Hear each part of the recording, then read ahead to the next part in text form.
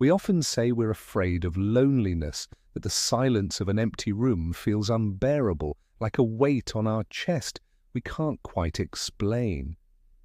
But loneliness is rarely about the absence of people, it's about the presence of ourselves. It's not that we're truly terrified of being alone, it is that we're terrified of what the silence reveals. When all the distractions fade away, when no one is there to validate us, approve of us, or distract us with conversation or noise, we are left with nothing but our own reflection. And in that reflection, many of us see not peace or clarity, but confusion, doubt, regret, and buried emotion we've been avoiding for years. So we label the feeling loneliness, but deep down it's not the empty room we fear, it's the confrontation with our unfiltered self. And that's a battle far more intense than any external isolation could bring. From the moment we're old enough to understand approval, we start constructing versions of ourselves designed to be accepted by the world around us. We smile when we're told to smile, we perform when we're rewarded, we hide what's inconvenient or undesirable. Over time we become experts at reading the room, adjusting our tone, reshaping our truth to match what others expect. And somewhere along the way we forget where the performance ends and where we actually begin. Loneliness rips that curtain wide open. When there's no audience, there's no performance. When there's no one to impress, there's nothing to hide behind. In those moments, you might discover that you no longer know who you are without the roles you've been playing. Student, spouse, friend, employee, parent. All those masks start to blur together until your core identity feels like a stranger. That is what makes solitude so painful. It forces a reunion with a version of yourself you might not recognize or understand anymore. And for many, that's terrifying. In a world that never stops talking, silence is considered dangerous. Every second of our day is flooded with sound, screens, scrolling, stimulation, constant, endless input. But that input isn't just entertainment, it's anesthesia. We are addicted to noise not because it enriches us, but because it shields us from the discomfort of sitting still with our own mind. Why is it that a few minutes in a quiet room can feel like an eternity? Why do we instinctively reach for our phones at red lights in waiting rooms or the moment we wake up? Because stillness makes the internal louder. It turns the volume up on unresolved pain, old memories, unanswered questions, and that can feel unbearable, so we drown it out. We binge watch, we overbook, we overthink. But none of it fills the void, it just distracts us from it. And eventually, when the batteries die and the notifications fade, we are forced to face the very thing we were trying to escape, the weight of our unprocessed life. Loneliness is often described as a lack of connection, but it's more accurate to call it a confrontation. It's not something that happens to us, it's something that reveals us. In the absence of external attention, we are exposed to the raw version of ourselves. And what we see in that mirror is often uncomfortable.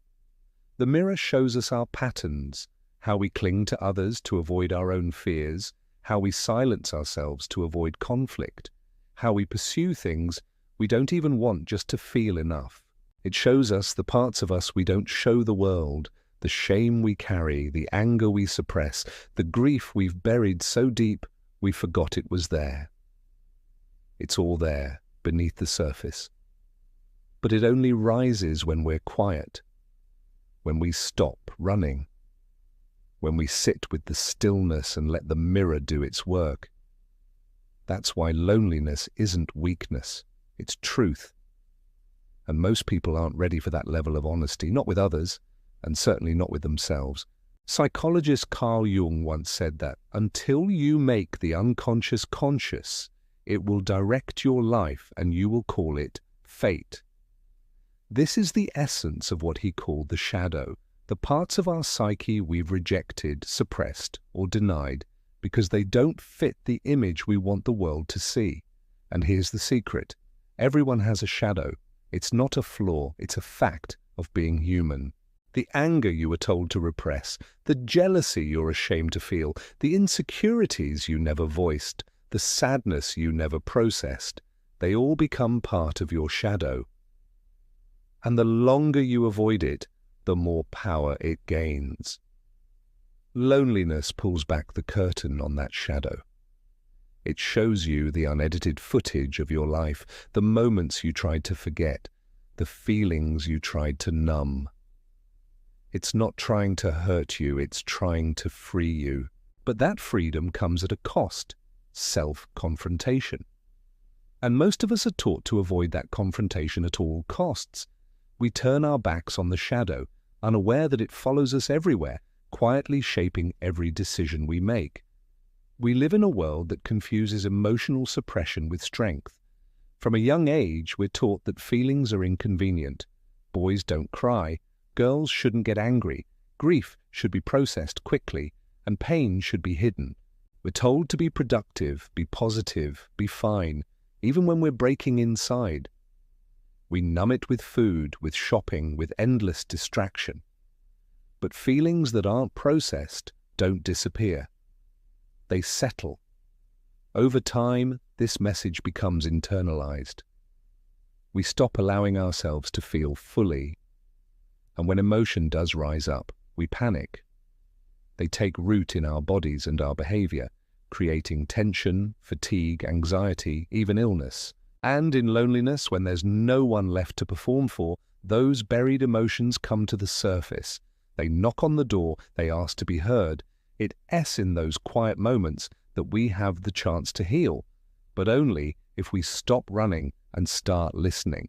Suppression might feel like survival, but expression is what leads to transformation. There's a part of you that existed before the masks, before the trauma, before the performance. That part is your inner child, the raw, curious, unfiltered version of you that experienced the world with wonder, vulnerability, and honesty. But for many of us, that child was wounded. Maybe it was neglect. Maybe it was criticism. Maybe it was abandonment or simply not being seen or heard. Whatever the cause, that inner child learned it wasn't safe to be fully open. So it shut down, it adapted, it coped. And now as adults, we carry that child within us, silenced, ignored, but still alive. Loneliness has a way of awakening that child. It brings up memories you thought you forgot, feelings you thought you buried. The ache you feel in solitude isn't just adult discomfort. It is your inner child finally asking to be acknowledged. And healing doesn't begin with pushing those feelings away. It begins by listening, by creating space for that voice to speak, by saying, I see you, I hear you, you matter. The moment you reconnect with your inner child is the moment you begin the journey back to wholeness. So many people surround themselves with others not because they crave connection, but because they're terrified of disconnection from themselves. They jump from relationship to relationship, fill their calendars, stay constantly busy, because if they stopped, even for a moment, they'd have to sit with the discomfort they've been avoiding for years. And the sad truth is, most of these connections are surface level. We laugh, we talk, we text, but we rarely reveal. We perform emotional proximity without emotional intimacy. We call it friendship or love, but often it's just mutual distraction. We stay in toxic relationships because being treated badly feels safer than being alone. We chase approval because validation feels like love, but when you were finally alone, truly alone, there is no one left to distract you from your own emptiness. And that's when the real work begins. That's when you realize that the most important relationship in your life is the one you have with yourself. And unless that relationship is honest, no external connection will ever feel truly fulfilling. Technology has made it easier than ever to avoid ourselves. With a tap or a swipe, we can drown out silence with content, opinions, flashing lights, and endless scrolls. We are constantly connected, but not to ourselves. We chase likes and retweets. We binge-watch stories that aren't ours. We fill every quiet space with noise just so we don't have to listen to our own thoughts. And it works for a while. But what happens when the Wi-Fi goes out, the battery dies, or you're alone at 2 a.m. staring at the ceiling? That's when the silence creeps in. And if you've spent your life using technology to escape, then that silence feels unbearable. It is not the loneliness that hurts, it's the sudden exposure to thoughts you've buried for years. In those moments, the truth you've postponed finally arrives. And it reminds you that no amount of digital distraction can substitute the deep, internal work that can only happen in real solitude. But if you let it, loneliness can become your teacher. The stillness you once feared becomes the classroom where your truest lessons are learned. In solitude, creativity is reborn, not stifled. You begin to write, paint, reflect, pray, not because you're trying to be productive, but because your soul is finally free to express itself. In that sacred space, you uncover ideas that were buried under noise. You remember passions that were lost in the chaos. You see patterns in your behavior that were invisible while distracted. What you once called loneliness starts to look more like clarity. You're no longer just avoiding pain, you're healing through presence. The silence stops being empty and starts being full of possibilities, full of self-awareness, full of growth. But none of this can happen if you treat loneliness as a curse. You have to walk into it, sit with it, and listen. And when you do, it changes from something that breaks you into something that builds you. There comes a moment in solitude where the ego begins to crack. The roles you've played, the identities you've worn, the stories you've told yourself, all start to feel thin, almost see-through. The need to be liked, to be seen as successful, to be right, suddenly feels exhausting. And in that fatigue, a deeper voice begins to speak. It's not loud, but it's clear. It says, you are not your job, you are not your followers, you are not your pain, you are not your past. And in that realization, something begins to die, not in a tragic way, but in a liberating one. What dies is the version of you that was always trying to prove something. And what's born is authenticity. You begin to show up not because you want approval, but because you want truth. You're no longer performing, you're just being. And that shift changes everything. It's terrifying at first, but it's also the most peaceful freedom you'll ever feel. Most people spend their lives avoiding one question: who am I when no one's watching? It's a question that strips away performance, pride, and presentation. It demands honesty, not filters. And the answer isn't it something you find in books or in other people. It is something you feel in your bones when you are finally quiet enough to hear it. But asking that question takes courage. It means facing your insecurities without denial, your regrets without excuse, your dreams without fear. It means acknowledging the gap between who you are and who you pretend to be. And for many, that's too painful, so they stay busy. They chase distractions. But the ones who dare to ask, who sit with the discomfort instead of running from it, they begin to uncover a life that is deeply honest.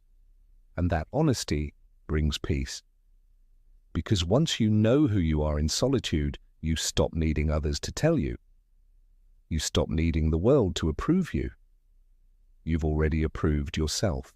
Many people think spiritual awakening is some mystical, elite experience, but often it begins with something as raw as loneliness. That deep ache, that empty space you try so hard to fill, that's the doorway.